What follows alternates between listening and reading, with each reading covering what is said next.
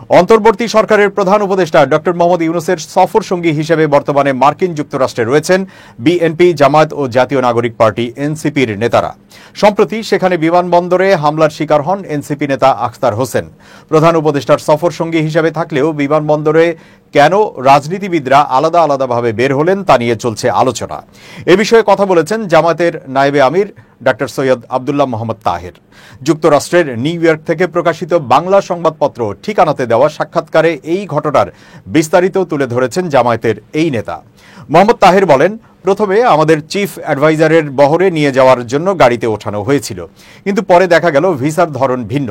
যারা সরকারি কর্মকর্তা তাদের ভিসা G1 আর আমাদের ভিসা ছিল সাধারণ পর্যটক ভিসা। নিয়ম অনুসারে G1 ভিসার ক্ষেত্রে ফিঙ্গারপ্রিন্ট দেওয়ার প্রয়োজন নেই, কিন্তু আমাদের ভিসার ক্ষেত্রে ফিঙ্গারপ্রিন্ট দিতে হয়। এ কারণে একটি কমিউনিকেশন গ্যাপ তৈরি হয় এবং পরে আমরা হেঁটে ইমিগ্রেশনে চলে যাই।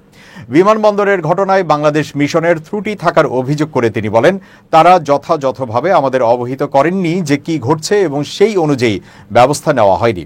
আমরা যদি একসঙ্গে বের হতাম তাহলে হয়তো হামলাকারীরা আমাদের কাছে আসতো না। জামাতের এই নেতাকে প্রশ্ন করা হয়, প্রবাসী আওয়ামী লীগ কর্মীরা যখন এনসিপি নেতা আখতার হোসেনকে ডিম মারছিলেন তখন তাসনিম জারাও সেখানে ছিলেন এবং পাশে মির্জা ফখরুল ইসলাম আলমগীরও ছিলেন, কিন্তু আপনি তখন সেখানে ছিলেন না। কেউ কেউ বলছেন আপনার কাছে হয়তো খবর ছিল বা আপনাকে সরিয়ে নেওয়া হয়েছিল। বিষয়টি আসলে কি? এমন প্রশ্নের জবাবে ডাক্তার তাহের বলেন, আওয়ামী লীগ যে এমন কাজ করতে পারে তা আমরা আগেও দেখেছি। তারা এমন ঘটনা পূর্বেও ঘটিয়েছে। আমাদের এমন আশঙ্কা ছিল, তবে তারা আসলে এখানে কি করছে বা বাইরে কি ঘটছে সেটা আমরা বের হওয়ার আগে বুঝতে পারিনি। তিনি বলেন, আমি ওদের সঙ্গে ছিলাম। তারা আমাদের থেকে 8 থেকে 10 হাত দূরে অবস্থান করছিল। এ সময় আমাদের ছেলেরা তাহের ভাই জিন্দাবাদ জিন্দাবাদ বলে স্লোগান দিচ্ছিল। ব্যানার ও প্ল্যাকার্ডও ছিল।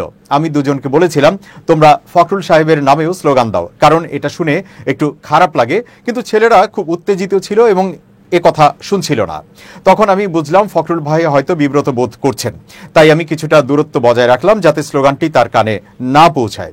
পরে তারা আমাকে সংবর্ধনা দিল, ফুল উপহার দিল এবং আমি সেখানে 3 থেকে 4 মিনিট বক্তব্য দিয়েছি। এ কারণে টাইম গ্যাপটা একটু বেশি হয়ে গেছে। পরে ডিম মারার বিষয়টি আমি শুনতে পেলাম। ডাক্তার তাহের আরো বলেন, আপনারা টিভিতে দেখবেন যে সেখানে আখতারকে যে 2জন ছেলে প্রোটেকশন দিয়ে রেখেছে তারা আমাদেরই ছেলে। এটি খুবই দুর্ভাগ্যজনক ঘটনা।